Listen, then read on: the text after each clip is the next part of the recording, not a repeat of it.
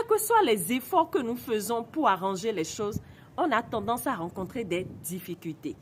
Mais plus nous commençons à comprendre que mais il y a quelque chose qui ne va pas dans ma vie. Moi, je rencontre des gens qui viennent me trahir.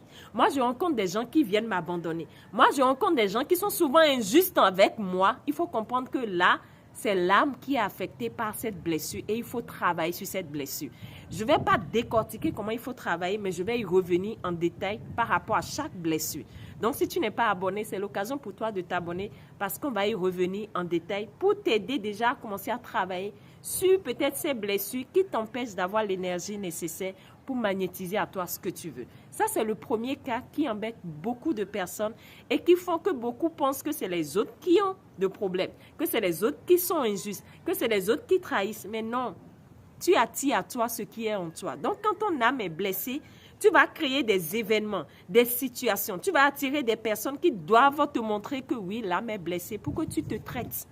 Lorsque tu as la plaie sur la peau et quelqu'un met la main là sans savoir, tu dis « Aïe, j'ai mal, tu m'as fait mal ». Non, l'intention de la personne n'est pas de te faire mal.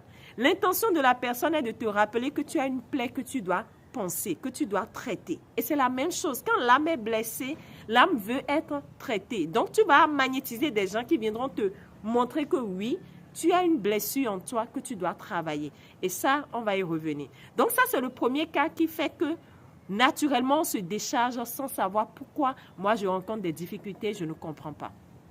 Le deuxième cas que tu peux déjà maintenant commencer à travailler, il s'agit de quoi? Je suppose que la batterie, elle est bonne, elle arrive à garder une longue durée de charge. Mais ce qui, des fois, décharge ta batterie, c'est comment tu l'utilises, comment tu l'exploites. Et là, il s'agit de quoi? Quand je reviens à un être humain, comment tu te nourris? Et quand je parle de comment tu te nourris, c'est sur plusieurs plans. Le premier plan qui est fondamental, que beaucoup négligent, écoute-moi très bien. Il s'agit de quoi? De la respiration.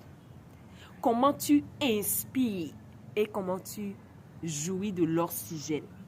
Beaucoup parmi nous ne savons pas bien respirer. Nous ne savons pas nous nourrir de l'oxygène, alors que l'oxygène, c'est la vie.